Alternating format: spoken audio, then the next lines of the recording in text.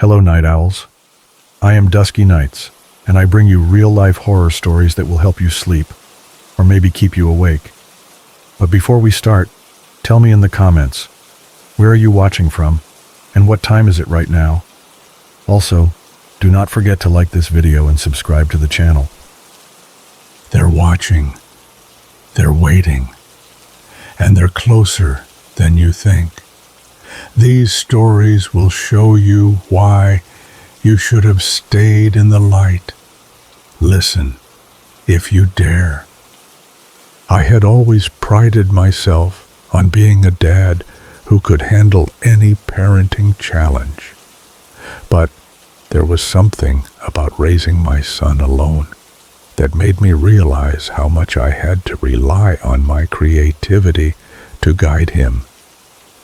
So, when he started showing a growing interest in the internet, I knew it was time for a new kind of talk. You see, I wasn't just going to warn him about strangers in the street or the usual "don't talk to people you don't know" spiel.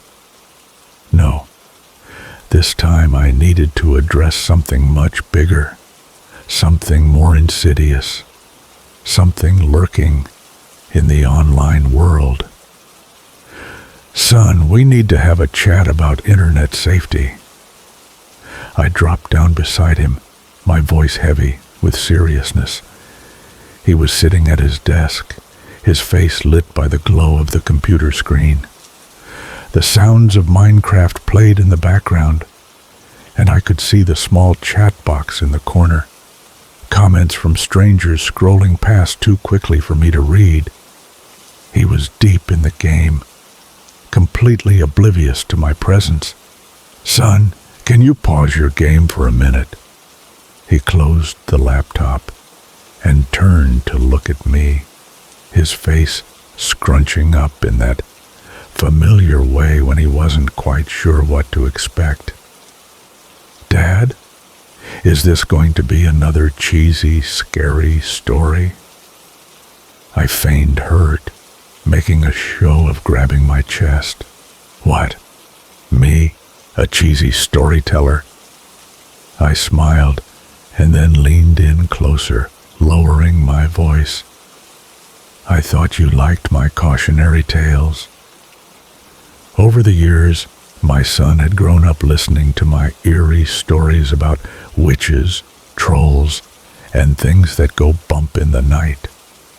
I used them to teach him lessons about safety, hoping to instill the same cautious nature in him that I had, one that could protect him from the dangers of the world.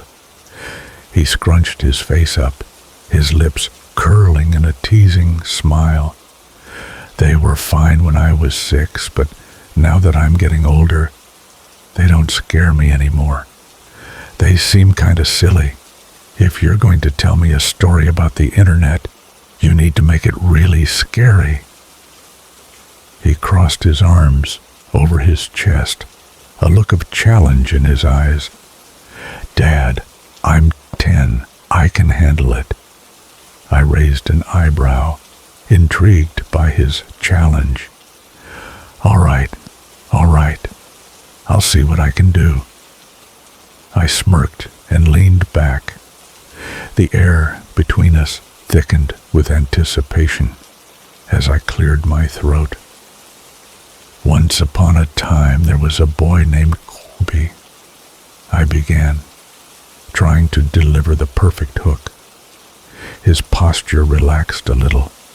His curiosity piqued, but I could tell he was skeptical. I knew I had to work harder to capture his attention this time. Colby, just like any other 10-year-old, spent his time online.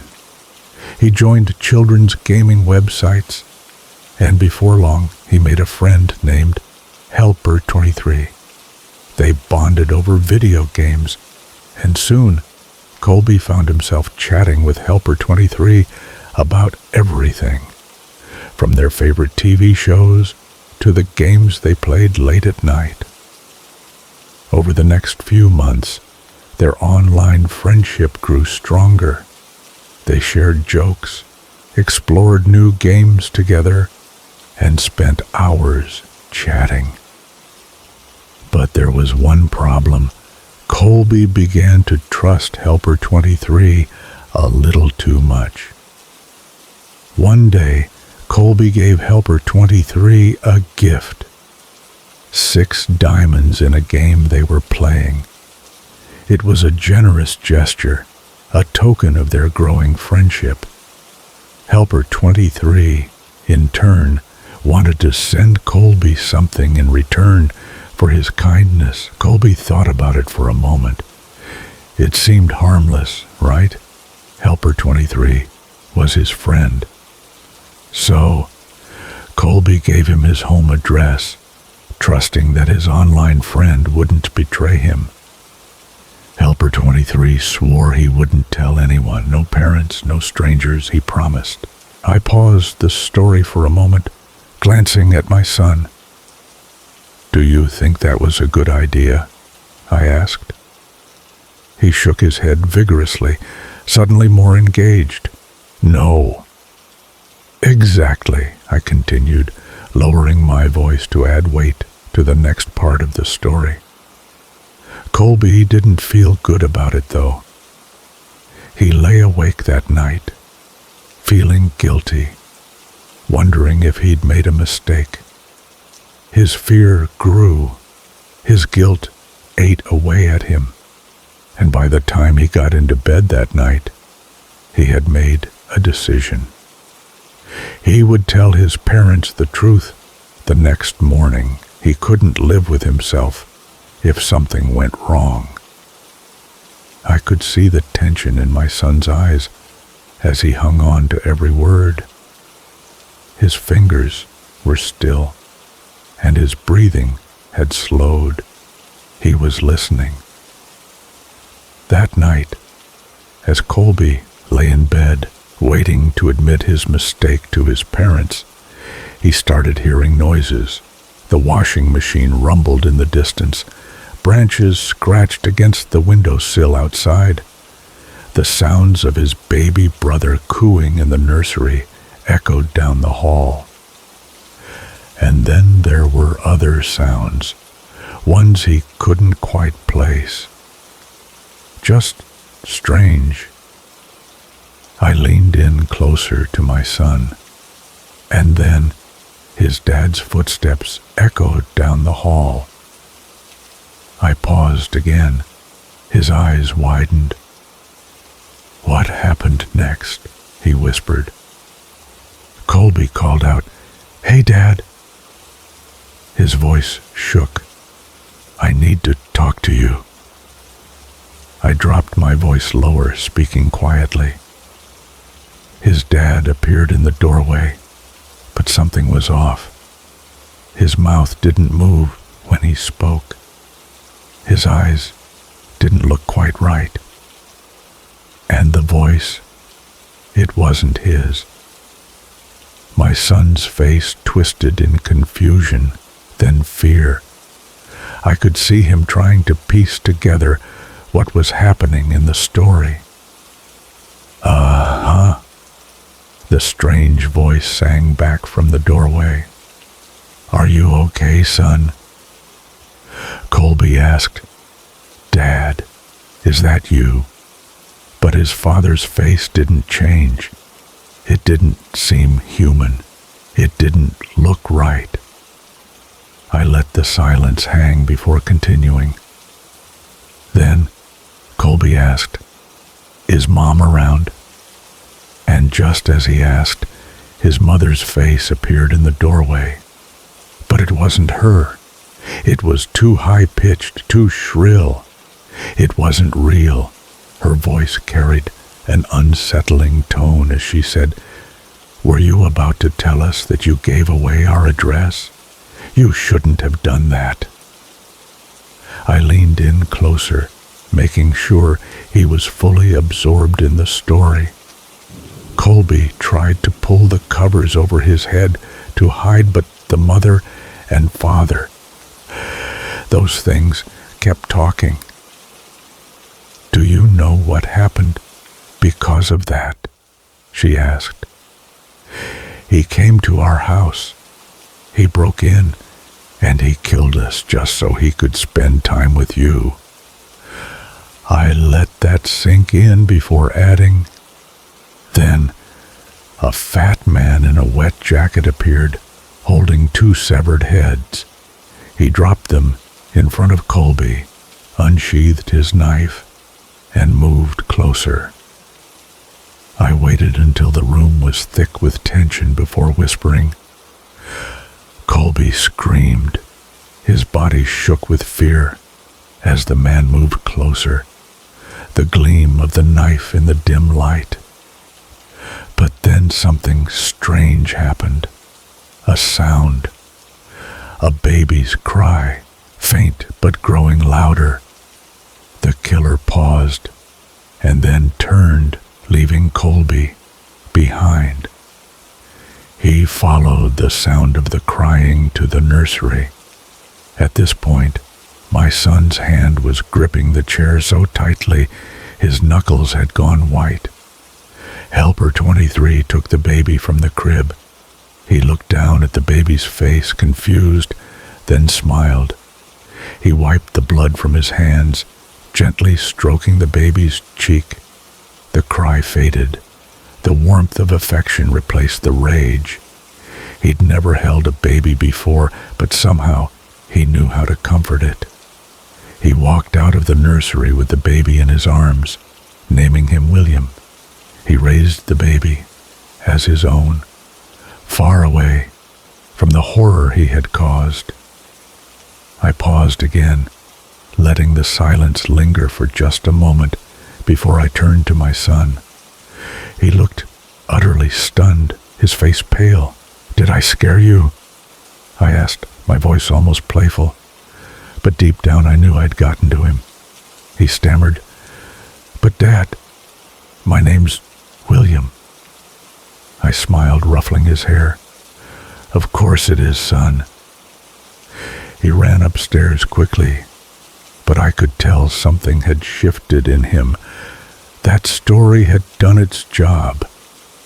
I sat there for a moment, knowing he might need time to process what I'd just told him.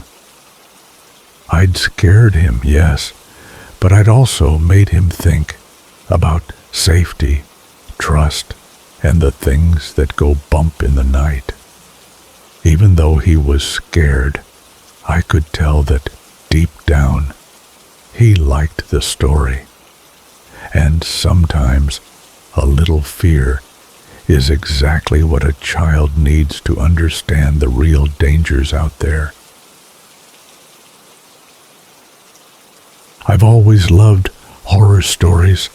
I remember being a kid, reading through all the Goosebumps books as fast as I could. The more creepy, strange, and downright spooky, the better. As I got older, I moved on to more intense stuff: Christopher Pike, Stephen King, and Dean Koontz. These guys weren't just writers to me. They were like gods. They created worlds that gave you that chill down your spine, a feeling that stayed with you long after you turned the page. I wanted to write stories like them, to create that same sense of fear in others. I was determined to do it. At first, my parents were happy to see me reading. They thought it was great that I was so interested in books. But then, my mom started noticing the books I was reading. She'd catch glimpses of Stephen King's It or The Stand, and her face would fall. "You're going to give yourself nightmares," she would warn. I just laughed it off. After all, I wasn't scared. Pennywise, Randall Flagg, even the creepiest monsters didn't bother me. They were just stories, nothing more. But as time went on, I realized I wanted to go further. I wanted to create something that could truly scare people. And if I'm being honest, I wanted to know what it felt like to really, truly feel fear. So I decided to write my own story. At first, like most new writers, I copied my idols. I tried to write like Stephen King, but the result was, well, let's just say it wasn't great. Pages and pages of bad ideas, forced plot lines, and cheesy monsters. But after years of struggling, I finally wrote something that I was proud of. It was a story about a space station running out of food, and the main character deciding to save himself by eating the other crew members. It was dark, disturbing, and most importantly, it actually scared me a little. Excited, I sent it to my girlfriend at the time. I thought for sure she'd be impressed. But when I showed up at her place to talk about it, she was crying. I was confused. "What's wrong?" I asked, thinking she was just emotional about how scary the story was. But she couldn't even look at me. "You're disgusting," she said, her voice shaking. She told me I needed help, that there was something seriously wrong with me. She kicked me out, and I didn't know what to think. It was just a story. But to her, it was more than that. It was real. It made her afraid. I spent months wondering what went wrong. Was there something wrong with me?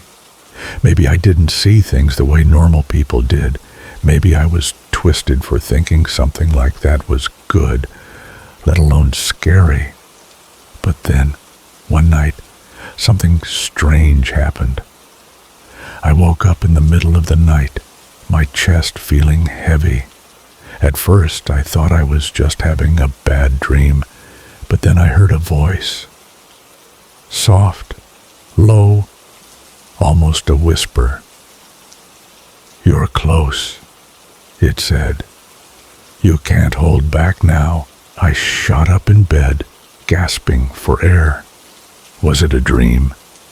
I didn't know, but it felt real. Something inside me clicked, and the next morning, I began my next story. This time, it felt different. It was like the story was guiding me, like it had a life of its own. My fingers raced across the keyboard as if someone else was controlling them. I barely remembered writing it, but when I looked at the screen, the whole story was there, a couple thousand words, just like that. I read it, and I felt something I had never felt before. I was scared, really scared. This story, this creation of mine, actually scared me. I couldn't believe it. I had written something terrifying, something that made my heart race and my palms sweat. I quickly shut my computer screen, my hands shaking. I thought about posting it online. After all, it was the scariest thing I had ever written. But before I did, I decided to show it to a few people for feedback. I printed out the story and went to my parents' house. They were skeptical, of course, but they agreed to read it. I waited downstairs, the anticipation killing me. My heart raced as I imagined their reactions. They would see my talent. They would realize that I wasn't just some kid who liked writing. This was real. Then I heard it. A loud crash. Something shattered. I ran upstairs, my stomach twisting in fear. I couldn't believe what I saw. My mother's lifeless body was sprawled on the ground, surrounded by shards of glass. My heart sank as I rushed to her, shaking her, but she didn't respond. Before I could even think of calling for help, I saw my father standing at the window. He was trembling, holding a shard of glass in his hand. He pressed it to his neck, and before I could react, blood started pouring from the wound. He collapsed on top of my mother, both of them dead. I should have been terrified. This was my worst nightmare come true. But in that moment, I didn't feel the panic I expected. I felt numb, sad, yes, but not screaming hysterical terror. As I stood there lost and confused, a page from my story blew out from under my mother's body and stuck to my chest. I slowly peeled it off and read the sentence that chilled me to the bone. My body went cold, and I could feel the terror creeping back. The words on the page weren't just words. They were alive. They were staring right at me, accusing me, feeding off something deep inside me. It was as if the story had a life of its own, and it knew me. It knew what I had done. I couldn't stop shaking as I read, and the more I read, the more I felt like something inside me was breaking. The urge to step forward, to do what the story was telling me, was overwhelming. It was like the story had consumed me and I was powerless to stop it. I knew then that I couldn't share this story with anyone. It was too dangerous.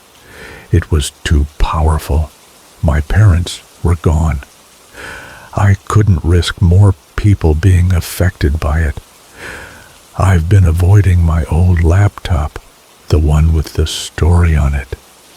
I'm using my mom's old computer for now, but deep down, I know I can't hide from it forever. The story is waiting. The words are still there, staring back at me, reminding me of what I've done. I keep thinking about posting it. Part of me wants to share it, to get the recognition, to have people praise me for creating something so terrifying.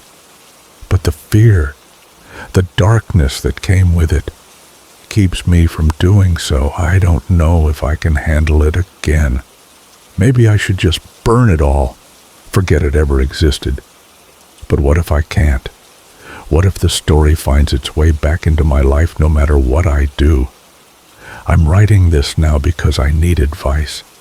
Should I post it? Should I let people see it?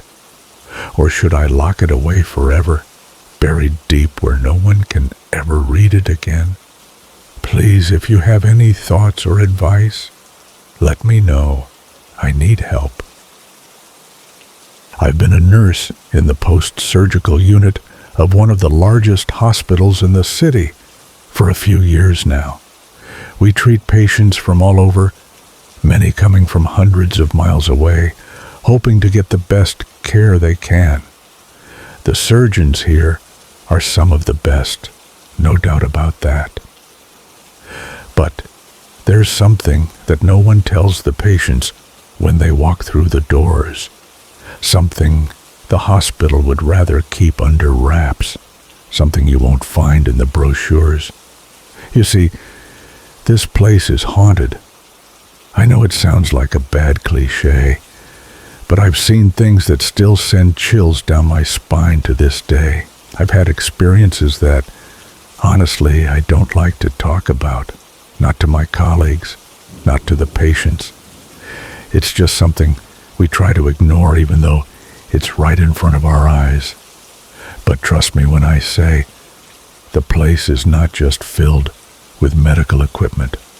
There are spirits here too, and they don't just pass quietly into the next world. I remember a few months ago a patient came to me looking a little shaken up. She was in a 4-bed room recovering from surgery, and she told me that she felt like there were 3 other people in the room with her.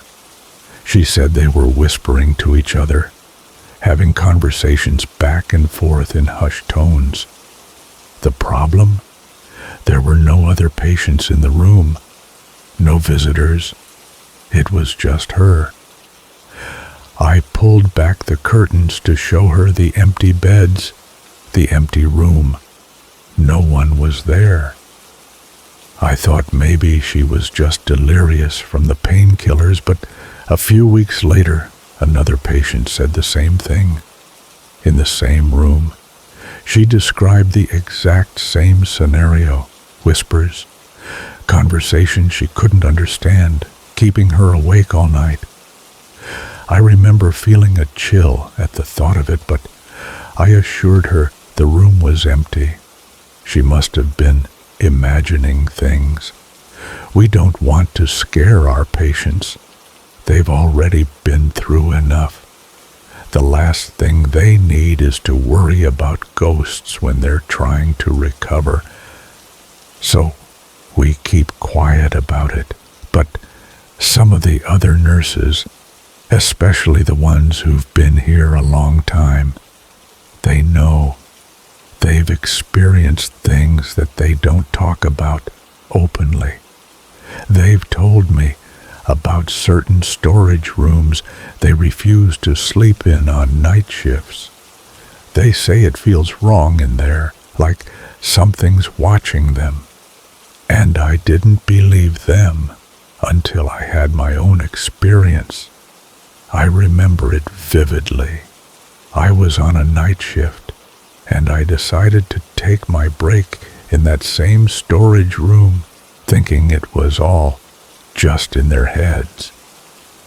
I lay down on the small cot and tried to catch some sleep. That's when I had the most vivid, waking dream of my life.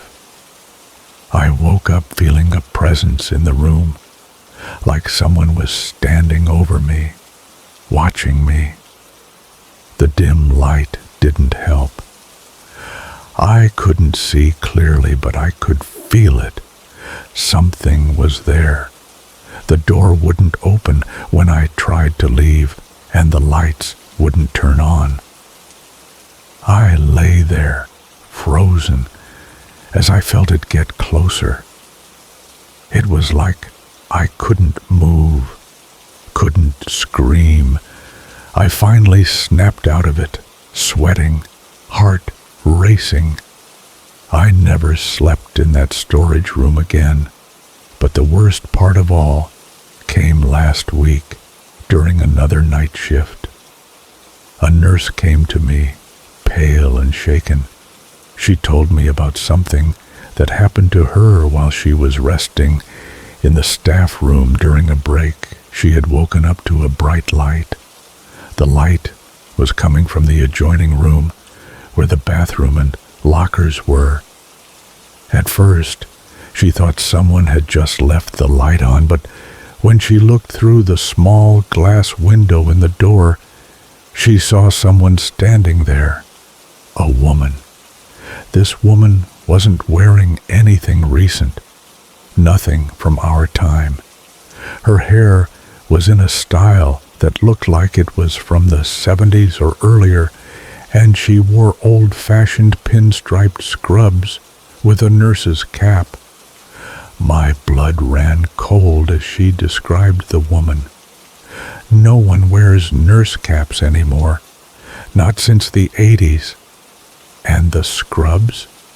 They looked like the ones on display in the lobby from decades ago. She even described her staring straight ahead, almost like she was in a trance. My stomach churned as I listened. The nurse tried to call out to the woman, asking her to turn off the light, but she didn't respond. So she tried to ignore it and went back to sleep. When she woke up later, the light was still on. She asked around, but no one had been in the room. The room was locked, so it couldn't have been a patient. And when she saw the IV nurse later, they were definitely not dressed the way that woman had been. That's when it hit her. The woman in the scrubs wasn't from this world. According to my coworker, the woman was the ghost of a nurse who had died years ago. She had fallen asleep at the wheel after a long shift and crashed. The description of the woman matched that of an old nurse who used to work here.